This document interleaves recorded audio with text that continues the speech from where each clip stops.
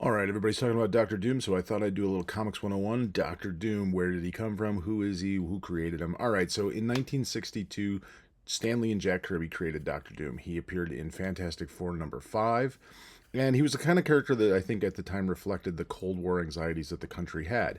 He was a dictator from Eastern Europe. He was sort of cloaked in armor. He ruled with an iron fist. He also had sort of old world mysticism, magic about him. So a lot of things that I think the country could sort of relate to. He arrived fully formed in that issue. He didn't have a backstory really. He kidnapped Sue Storm. He always had a thing for Sue. And he forces the Fantastic Four to go back in time to steal Blackbeard's treasure. Yeah, I don't know. But his full origin story wasn't really revealed until Fantastic Four Annual number 2 came out 2 years later. Dr. Doom was born Victor von Doom in Latveria. Latveria is a fake country. It doesn't really exist, but it represents sort of like a small nation in Eastern Europe. Both his parents died at an early age. His mother, Cynthia, was killed. She had made a deal with Mephisto. Yes, that Mephisto, which we're hearing much more about in the MCU. She made a deal with him for magic powers. She wanted to fight against the Baron who ruled Latveria at that time. But it didn't work out, and she ended up dying. And then his father was Werner von Doom. He was a healer, and he died. He was forced to basically try and save the Baron's dying wife, and he couldn't do it. So then he had to flee, and he died of exposure. This left Victor pretty much obsessed with trying to save his mother, avenge his father, and he spent the rest of his life like mastering science and sorcery to do so. Eventually, he gets invited to Empire State University in New York, and there he meets his long rival Reed Richards. They're actually roommates at the time. And Victor decides to build this machine while he's there that try and contact his mother's spirit. Reed sees a flaw in it, but Victor had his, sort of arrogance and his hubris, and he wasn't going to listen to anything Reed had to say, so he ignored him, and he runs the machine anyway, and it explodes, leaving him scarred.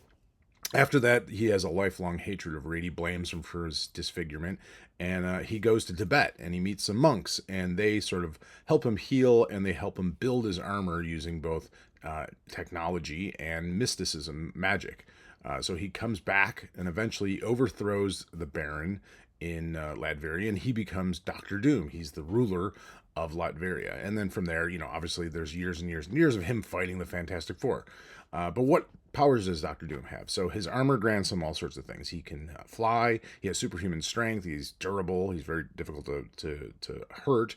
He has power blasts and other things. He's also a really skilled sorcerer. That's kind of one of the unique things about Doctor Doom. He's both this brilliant engineer, but also a skilled sorcerer. He's capable of various magical feats, including energy projection, force field creation, teleportation. He's also one of the smartest individuals in the MCU.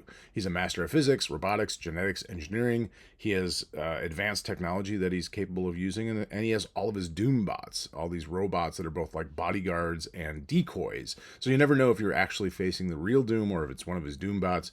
That's been used over and over and over again in stories, and hopefully that'll be something that shows up in the movies.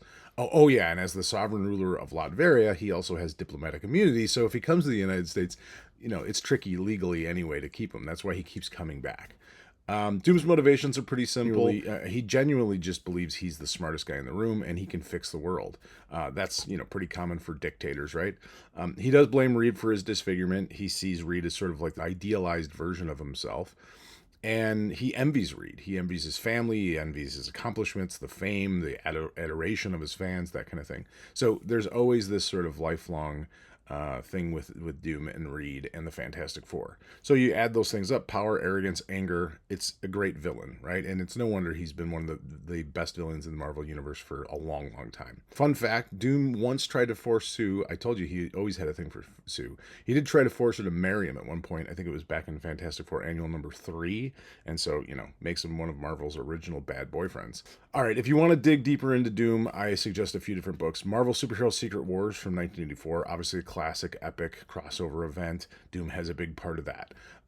Doctor Strange and Doctor Doom by Roger Stern and Mike Mignola in 1989. It's a team up to try and rescue his mother from Mephisto, and you get more about Doom and just sort of like a really different side of him. 1998 by Fantastic Four Unthinkable. It's just the trade collection of Mark Waid and Mike Wieringo's work. Showcases Doom, really ruthless, cunning. And then Ed Brubaker and Pablo Raimondi in Books of Doom 2005. Really good modern sort of retelling of Doom. And then if you really want to go deep, you have Doctor Doom, the Book of Doom Omnibus. It's like almost 1,300 pages, decades of Doom stories, everything you need to do. So all those are available, I'm sure, on Amazon and other places if you want to get further into Doom. So that's been Comics 101, Doctor Doom. I hope you really enjoyed it.